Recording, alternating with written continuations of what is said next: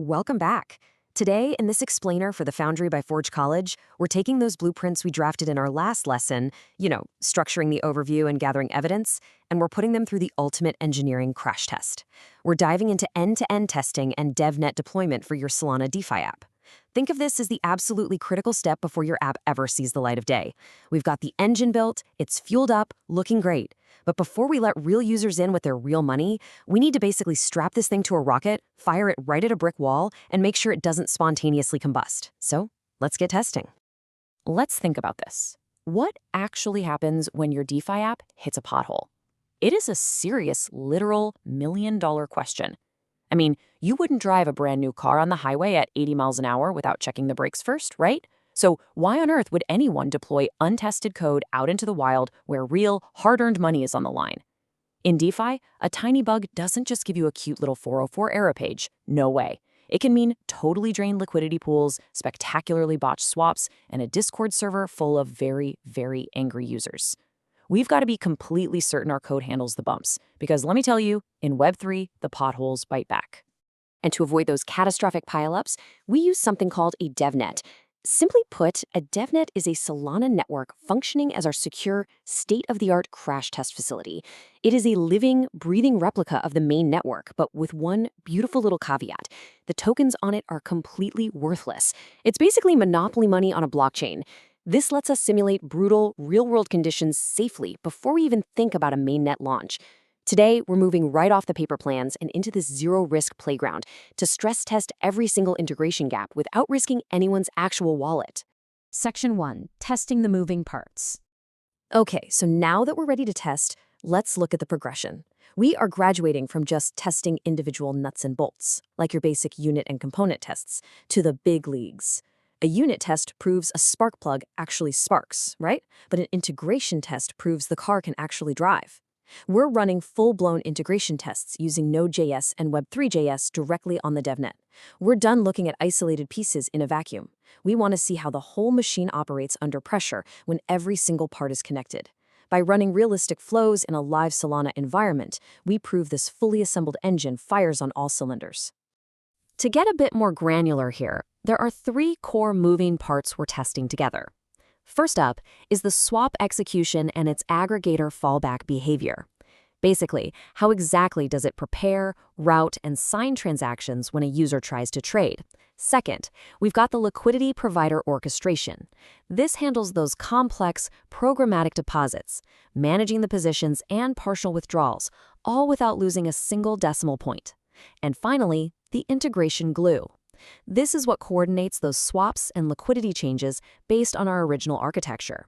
If these three core deliverables don't work in absolute perfect harmony, the entire engine is going to tear itself apart. Section 2. Simulating the failures. Now this is my favorite part, because it's where we intentionally try to break things. It's never enough to just test the happy path where everything goes perfectly. Honestly, in Web3, the happy path is kind of a myth. So we essentially throw 4 major crash tests at our app. Test 1, a normal, successful swap, where we make sure the final token balance matches the aggregator's estimate. Boring, sure, but necessary.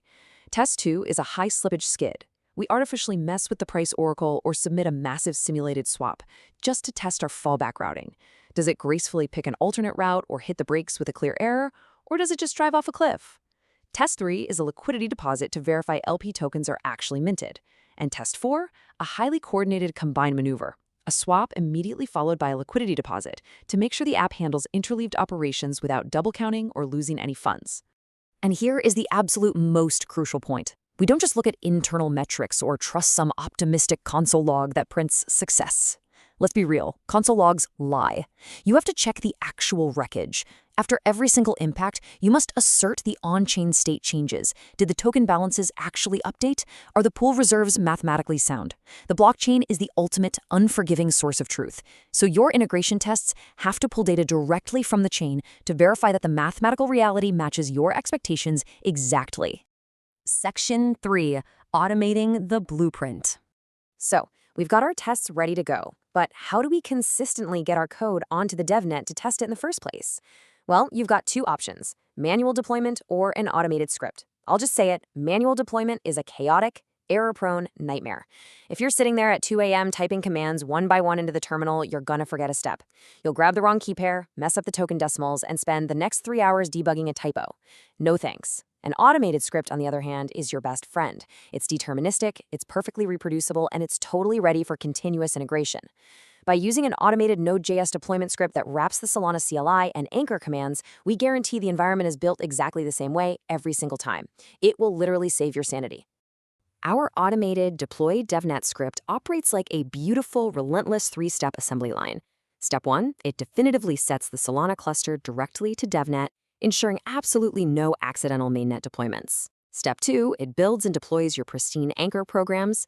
And step 3, it runs the migration script to initialize those deterministic accounts, token mints, and pool accounts. And because this initialization runs completely on autopilot, your test harness can just immediately connect to those exact deployed program IDs and execute against a live Devnet instance. You don't even have to lift a finger. Section 4. The final debug report. Now, nobody wants to find out their liquidity pool is leaking after it's full of user funds, right? But what happens when a test actually fails during our Devnet dry run? When that crash test dummy goes flying straight through the windshield, you need the right tools to figure out why. First, you've got to capture those transaction signatures immediately. Next, you need to inspect the built instructions and account metas before they're even signed. And you absolutely should be using commands like Solana confirm output JSON to view the exact program logs. These forensic tools are what allow you to pinpoint the exact point of failure. Maybe it's a pair without enough LAMP ports, or maybe it's a misspecified account seed in your CPI calls. Whatever it is, these tools will find it. All of this forensic data feeds directly into your debug report. And listen, this isn't just busy work. This is your ultimate safety artifact. It holds your passing test results, transaction signatures for both the passing and failing flows, and critically, your remediation notes for those really bizarre edge cases. This essential document proves to yourself, your team, and your users that your code is truly battle-tested. It's exactly the kind of rigorous professional artifact you're going to need to produce as you advance through Forge College's programs and tackle even more complex Web3 engineering challenges. So, I'll leave you with this question to ponder. Are your DevNet crash tests truly ready for final assembly? Because these validated flows are the only thing guaranteeing you can confidently piece together your full DeFi app without some unseen integration gap totally destroying your protocol on day one.